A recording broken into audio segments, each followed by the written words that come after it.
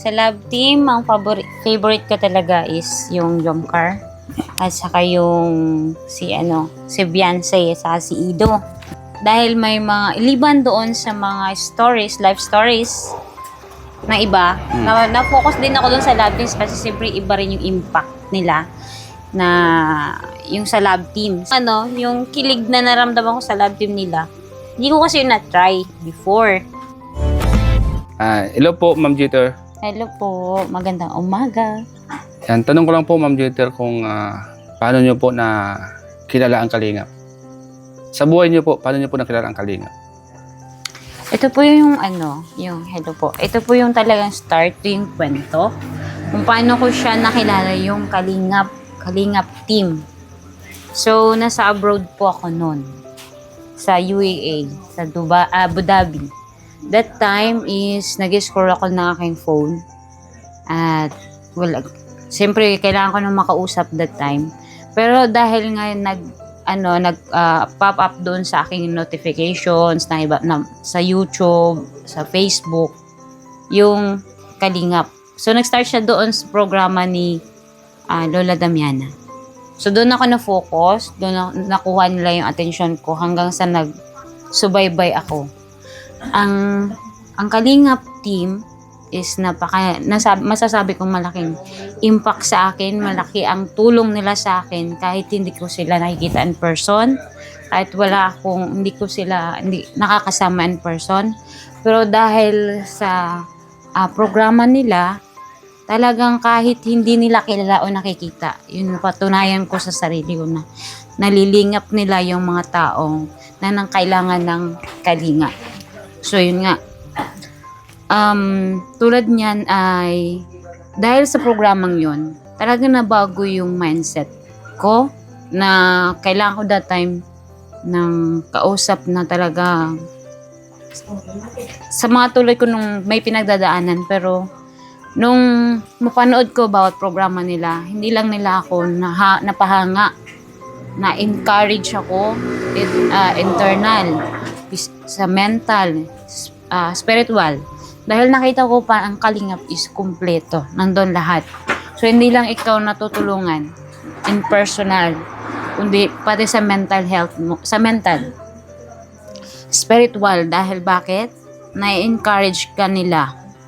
Na yung nasa negative stage ka na. Pero dahil sa mga impact nila, sa kagandahan ng programa, is nahila nila ako doon. Hindi lang katuwaan, hindi lang sa iyakan, kundi buong pang family purpose. So yun po, yung talagang hindi lang sila sa panlabas, kundi pati inside na nila yung na-reach talaga nila. Kumbaga sa pag-build nila ng tahanan is hindi lang tahanan binibuild nila, kundi yung pagkatao. Isa kang OFW, di ba? Yes po. Saang bansa ka? Sa bansang Abu Dhabi, UAE, taong 2021 to 2023. Gaano ba kahirap yung maging isang OFW? Actually, bago ka pa man mag-apply, bit-bit mo na yung pangarap, may goal ka. So, bit-bit mo na doon yung lakas ng loob. Hanggang pagdating mo nandoon ka na sa pinuntahan mo, bit mo pa rin yun. Masasabi ko na para sa akin na ang being as an OFW, yun kadali. Akala nyo po talaga, totoo po yun, akala nyo masaya sila. Pero, deep inside. Tapos, ang successful talaga ng OFW is yung nandito sa Pilipinas, yung family nila. Yun yung nagbibigay buhay sa kanila ng mas higit maliban sa pangarap niya. Ay yung pamilya na sumusuport sa kanya. So yung OFW, nagsusupport siya through financially, pero yung sa Pilipinas, mentally, dapat yung isusupport nila doon. Kasi yung pinanghawakan lang ng mga OFW is yung support from the families.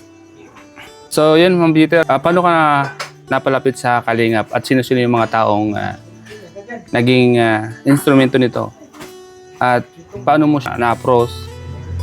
Ano ka napalapit sa Kalingap? Napalapit ako una sa Kalingap dahil sa panunood ko ng mga programas nila. Mas mas parang ano ko sa sarili ko, na-absorb ko sa sarili ko yung mga ginagawa nila. And then, gumawa ako ng paraan para ma-reach out or mapasok ko yung, mapasok ba tama ba yung term? I mean, mas makilala ko yung community nila na yun na nagbigay sa akin ng inspirasyon, nagbigay sa akin ng pag-asa nung time na yun na kailangan ko. So, nag-inspire sila sa akin na someday, sana magawa ko rin yung mga ginagawa nila. So, nagsubok po ako na mag-contact sa mga napapanood ko, kung sino yung nandoon sa mga napapanood ko. Sinubukan ko silang i-add, sinubukan ko silang i-message sa messenger, tawagan. Pero isa lang po yung talagang nagpursige din na harapin ako, siguro dahil hindi siya busy or nagkataon talaga na nagtugma yung time na naghahanap ako ng makuan ko, makontak, makausap. So, yun, nakapasok ako doon. Bakit? Mas mabilis ako nagkaroon ng access, connection. So, hindi man sa buong Kalingap, hindi man kay Kuya Bal, hindi man kay Ma'am Edna, kundi liban sa pagko-comments ko sa mga comment section nila, yung taong yun yung naging dahilan kung bakit parang mas lumalim pa yung interest ko sa Kalingap community hanggang sa nakikita ko kung ano talaga yung purpose nila in life. Kasi nakikita ko sa mga beneficiaries nila na ang ganda ng kinalabasan. So, hindi lang talaga yung nakapokus sila sa beneficiary, hindi lang iisa, kundi buong pamilya. Doon ko nakita na family. Hindi lang yung isang tao yung binubuo nila, kundi buong family. So, yun. Talagang pinangarap ko na makapasok talaga doon. At nangarap din ako, sabi ko nga, sana someday mapasok ko sa community nila. At sana isa rin ako hindi masayang yung pagiging pag-inspired ko sa kanila. So, naging inspiration sila sa akin until now. And siguro hanggang sa susunod, hanggang sa dumating yung time na ni-encourage ko na yung mga kaibigan ko na i-try out nila, na i-reach out nila itong Kalingap team. So, pinangarap ko na makapunta talaga ng Dait para makapunta doon sa lugar nila. So, matagal na talagang pinangarap ko. So, nag-stay po ako sa Maynila. Hindi ako nakapunta talaga ng yung plano. Yung pagplano ko na magpunta doon, hindi ko magawa-gawa. Gawa ng marami akong dapat unahin na gawin. So, may mga balakid na naging dahilan para ma-postpone ko yung plan ko pumunta ng Dait. So, hanap pa rin ako ng way or pagkakataon na makapunta doon para nga makapunta doon sa lugar ng Kalingap team, Kalingap community. Noong nasa Maynila ako nag-work, so nabubulaga na lang ako na nandoon sila, pero dahil nga sa schedule ko, nag-work po ako, hindi ako makapunta sa kanila. So from Palawan, nakita ko yung isang Kalingap na nandito na nag-vlog siya na sa Maynila siya. Papunta siyang Pangasinan. So, from Palawan, dumating ako kahapon. Tapos, kinontak ko siya kahapon din na kahapon o kanina lang ata, nag-decide. Kasi niisip ko, sabi ko gusto kong makita talaga in real, in personal. Yung isang Kalingap member na yon na siya ang dahilan kung bakit ako mas nagkaroon ng mga ideya sa Kalingap. Siya yung connection ko, siya yung naging contacts ko. And then, siya yung lagi kong tinatanungan, siya yung lagi kong kinukulit. So, yun. Kanina, habang nagluto ako, sabi ko, punta kaya ako. Kasi, back to work na naman ako. So, wala na naman akong time. So, sabi ko, wala to sa plano wala to sa plano yung pagpunta ko dito. Pero sabi nga, kapag may time ka, gawin mo na. So, yun ito yung pagkakataon ko. Kaya, pumunta ako dito from Manila. Pumunta ako dito sa Malasiki. Malasiki. Tama. Malasiki. Malasiki. Pangasinan. Malasiki, Pangasinan. Kaya, here now, na-meet ko siya in person. Kaya, super blessed kasi, di ba, umpisa ka pa lang sa isa. Step na. Sana soon, makita ko kayong lahat. Naman yung biyahe mo mula Manila hanggang Malasiki kasi talagang nag-expend ka ng time para lang makita. Nakakatawa ng puso talaga. Kumbaga malaking isang privilege na yung mga katulad namin kahit na malayo ay talagang pumunta ka pa, nagsayang ka pa ng oras. Yun po talaga, yung pag-decide ko na yun, yung kaninang umaga, mayroon akong ginagawa. So, inabot po ako ng gabi. So, sabi ko nga po is, pupunta talaga ako kasi nga, gusto ko. Gusto ko, inaano ko yung time. Pero sabi ko nga, yung mga kasama ko dun sabi, gabi na, wag na akong tumuloy. Pero ang para sa akin po kasi is, nagsabi akong pupunta. So, gusto ko, pag sinabi ko, as long as kaya ko naman na gawin yung bagay na yun, gagawin ko. Kung wala namang ibang dahilan. Kung kaya naman. So, kahit gabi na, nagtuloy pa rin ako. So, hindi ko po naabutan yung last trip papunta rito. So, nagtanong po ako kung ano pa yung next trip kung makakarating ako ng maaga-aga papunta rito. Sabi sa akin is, magsakay ako ng Padao. Pagdating sa Dao, maabutan ko daw yung trip na yun papunta dito sa Malasiki. Yun nga, sakto, naabutan ko po dito. Kaya, so, ano lang naman, smooth din naman po yung biyahe. Wala naman pong nangyari. Maganda naman po yung biyahe papunta rito. And then, yun, nakarating ako ng ligtas. So, congrats, Ma'am Jeter. Ma'am Jeter, maliban sa mga pinapanood mo sa Kalingap, ano-ano pa yung mga paborito mong panoorin sa Kalingap?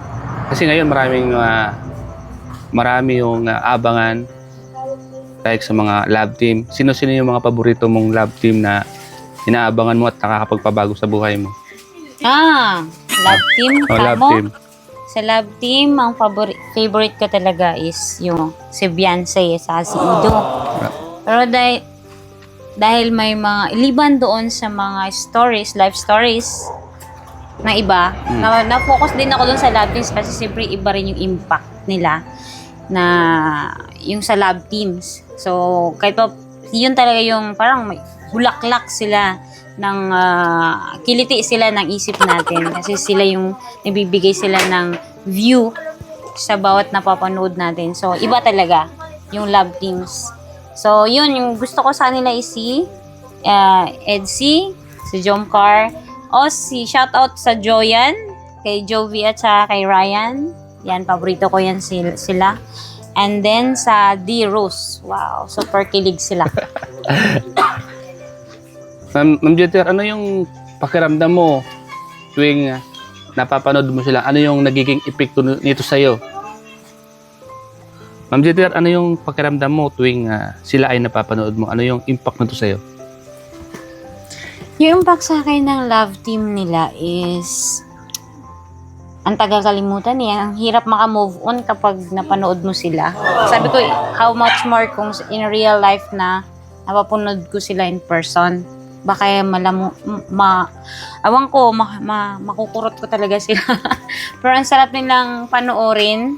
And then, natapos ko na yung panoorin, pero parang nandun pa rin na makapanood ko pa rin sila. And then, parang gusto kong bumalik sa pagkabata. Kasi imagine ko na, paano kaya ko yung mga time na yun, mga edad na yun, sana ma-experience ko rin. Or, chika.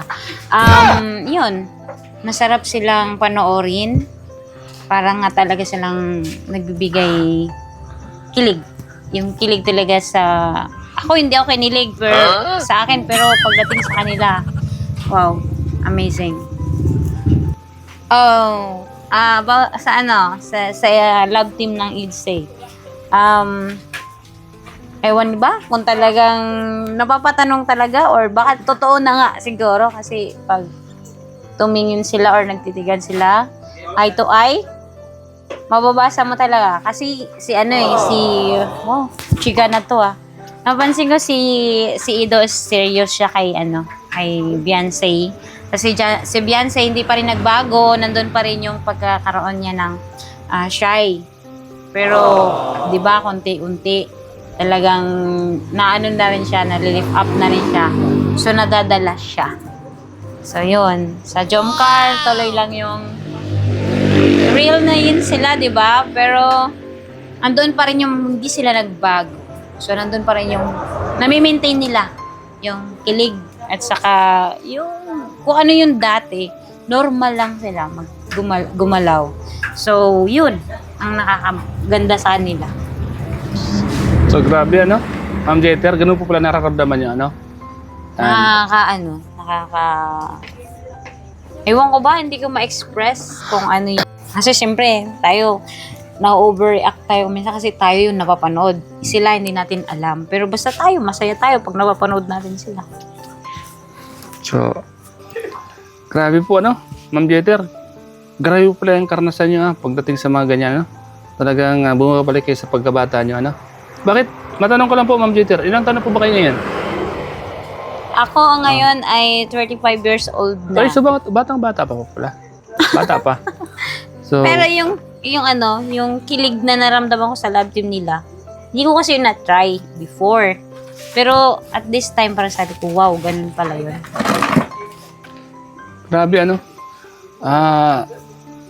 Biro niyo po, Ma'am Jeter, mula Manila, pumunta kayo ng Pangasinan para lang makita yung mga iniidolo nyo. So, napakalaking privilege ito sa akin na mapunta ng isang fans or isang sumusuporta. So, sobrang pasasalamat ko sa'yo. Talagang abot langit. Kasi nag-spend ka ng time talaga papunta rito. So, biruin mo. Hindi yan biro na pumunta ka pa dito, di ba? So, saludo ako sa'yo, Ma'am Jeter. Tanda mo yan sa isip mo. Saludo ako sa'yo. At sa mga sinusuportan mong love team, makakarating to sa kanila. Mayroon ka bang gustong iparating sa kanilang message mula sa iyong puso o para sa kanila? Ano yung gusto mong sabihin sa kanila? Yan, open ang camera. Ayun, bago po lahat na magbigay ako ng message doon sa mga minamahal, ay gusto kong mga love teams, sinusuportahan kong love teams, is kung bakit yung pumunta ako dito sa lugar niyo po, pat ko kayo pinuntahan para po kasi magpasalamat personal sa inyo. Kasi iba yung nakakausap ko kayo through messenger. So, gusto ko po talaga taos puso ako nagpapasalamat. Magpapasalamat sa inyong community, lalo na sa iyo. Kasi kung hindi sa iyo po Kalingap Starax, is hindi ganun lumalim yung, parang wala akong way na mangarap na pumunta doon. So, gusto kong magpasalamat ng personal sa iyo, and then kaya gusto ko rin makarating doon sa inyo sa Dait, sa inyong community place, kasi gusto ko magpasalamat kay Kuya Val, kay Ma'am Edna, kila Sir Rab, kay Ma'am Jack or kay Miss Jack, kasi yung kwento ninyo, yung inyong talagang hindi ko alam, hindi ko ma-express. Hindi nyo man ako kilala, hindi nyo man ako nahawakan, hindi nyo man ako kausap, pero deep inside, in my life, in my heart is, na ano nyo yun, baga nakuha nyo yun. Talagang, sabi ko nga, magpapasalamat ako sa inyo kasi kung hindi dahil sa programa ninyo, siguro wala akong ganito, hindi ko alam. Basta hindi ko ma-express nga kung ano yung impact ninyo sa akin. So, thankful din ako sa lahat ng programas na binubuo ninyo dahil hindi lang yung saya ang binubuo nyo sa akin. Binubuo nyo rin ako para mangarap din.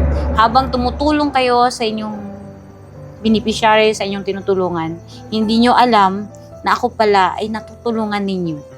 Baga, wala kayong alam na may mga tao kayo na natutulungan, na hindi financially, hindi siya in actual, pero sa emotional po, sobra. Kaya sabi ko yung pasasalamat ko sa inyo is walang hanggan. Siguro yun. Pero yun na nga po yung masasabi ko is kulang yung pasasalamat sa true message kaysa sa personal. At least personal, nakita ko po kayo personal na ito pala yung mga taong sinusuportahan ko. Kaya gusto ko kayong ma-meet in person. And then sa mga lab teams, hello sa inyong lahat na stay strong. Alam niyo yung iyak. Kung umiiyak kayo, iyak din kami. Kung tatawa kayo, tatawa din ako. Kung kinikilig kayo, hindi nyo man ipakita sa amin, pero yung kami, hindi nyo alam kung anong reaction. Kung hindi mo kami kinikilig sa buhay namin, basta bahala na kinikilig kami sa inyo. Kaya yan, thankful ako dahil mayroon ganitong community. So, Kalingap talaga is hindi lang Kalingap, buong bahay, hindi lang isang tao, buong tahanan, binibigyan nyo ng pag-asa. So, ika nga yun, no? Yung tahanan is hindi nyo lang binibuild. Hindi lang tahanan binibuild nyo, kundi yung pagkatao din. Hindi nyo sila iniiwan. Yun yung observation ko sa lahat ng purpose din nyo. So, yun nga po. Kaya, tignan nyo po hanggang ngayon. Hindi ko man kayo kilala. Wala man akong in-expect, pero I'm thankful. Isa ako sa mga papasalamat sa lahat na naniniwala na someday, mas marami pa, mas malawak pa. At sana, mag-impart din ako ng ganong gawain. Di man sa inyo, kundi sa sarili ko. Kasi, ika nga, mas masarap mabuhay nang hindi mo alam na mayroon ka palang nababagong buhay. So, yun. So yun, Ma'am Jeter, grabe, napakaganda ng istorya ng buhay mo. At kumbaga, may mapupulot kang aral sa mga nangyari sa experience ng buhay mo.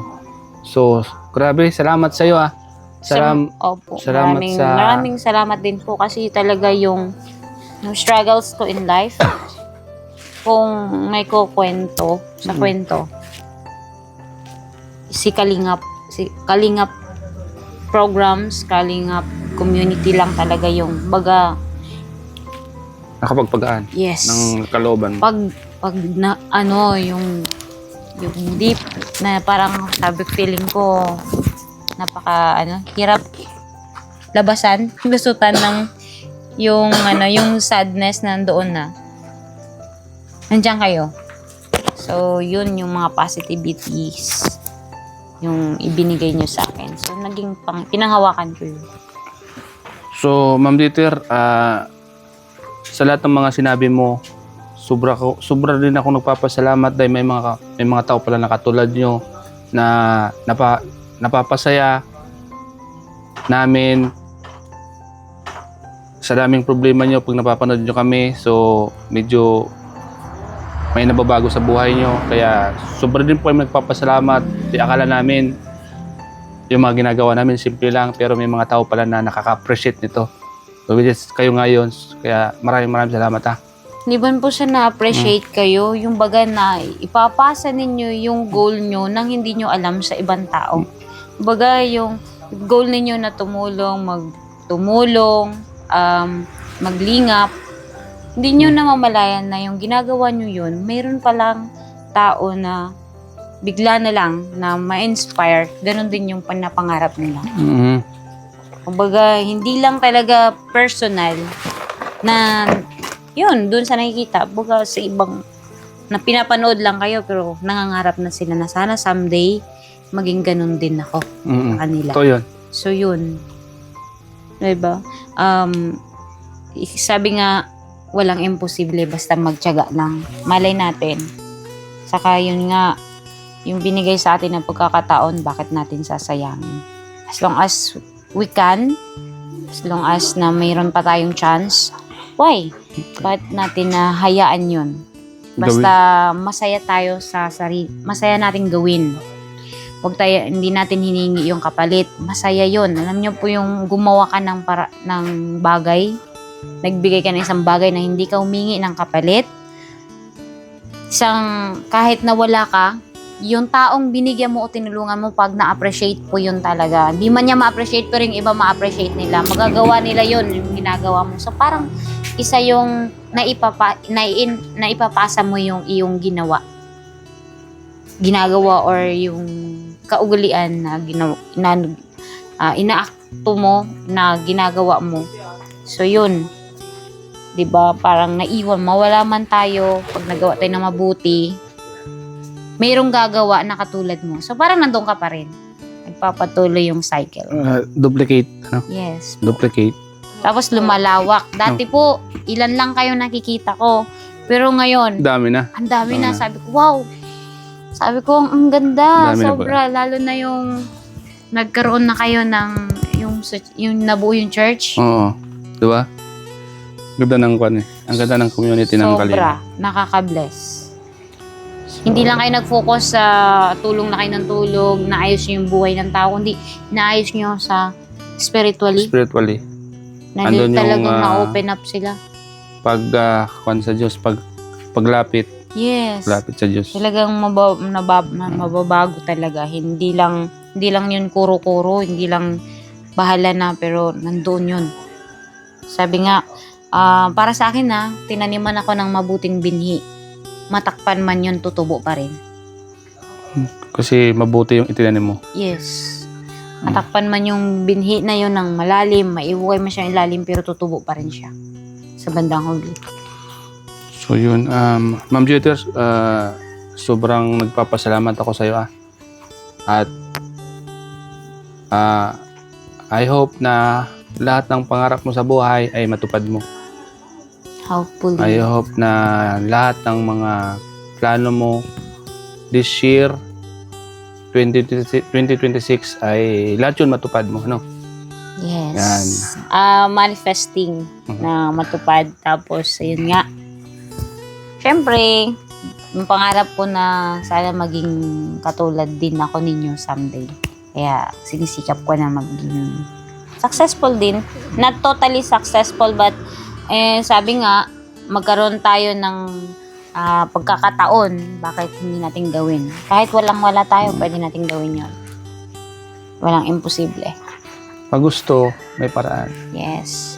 Pag ayaw, may dahilan. Diba? Kasalanan na yun. So, yun, Ma'am Jeter, maraming salamat sa Maraming time, salamat din po. sa time na to. Binigay mo ng time yung pag-usap natin, no? Kahit puyat ka, siya nga pala, kumain ka muna. Ito pala, Sige nakalimutan ko, sorry ha. Sige po. Kain ka muna ha. Salamat sa napakagandang kwento ng buhay ha. Mapapanood mo to sa aking YouTube channel. Okay lang ba na may palabas to sa YouTube ko? Kung okay lang po sa inyo na... Sa akin okay lang sa'yo. Tanongin kita, okay lang ba sa'yo? Oo naman po. Okay. Wala naman pong masama. So maraming ma-inspired dito sa kwento ng buhay mo at maraming matutuwa. So, Sa hopefully someday is yun nga. Real na maka-join ako doon sa inyo. pumunta ka doon. At Pag may Time. time Oo. talaga. Kailangan natin ng time, pero yun nga. In a right time. In a right time. so, ayun. Ma'am Jeter, di ko na patatagalin.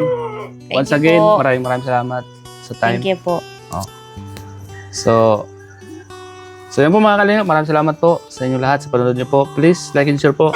And Please support po ninyo yung page ni Sir Kalingap Starrocks. And sa lahat po na kayong videos, YouTube, FB, sa Reels niya, please support para po sa mas marami pa po siyang maging subscribers. Liban doon, mas marami siyang matulungan din. salamat po Ma'am Jeter ha. And then meron ka din pong Facebook page, nakita ko. Promote mo, pwede. No? Sa ngayon, try pa lang naman po sa FB.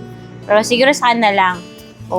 Sa na lang na kung makita ninyo, yun na lang muna. Pero ngayon, hindi ko muna po siya i-promote. No. Kasi, hindi pa ako, parang hindi pa siya open na i-ano. So, ayun. Salamat po. And hanggang dito lang po ang vlog namin. Thank you po. Salamat and Jesus Gabi po. Bye-bye, Ma'am Jeter.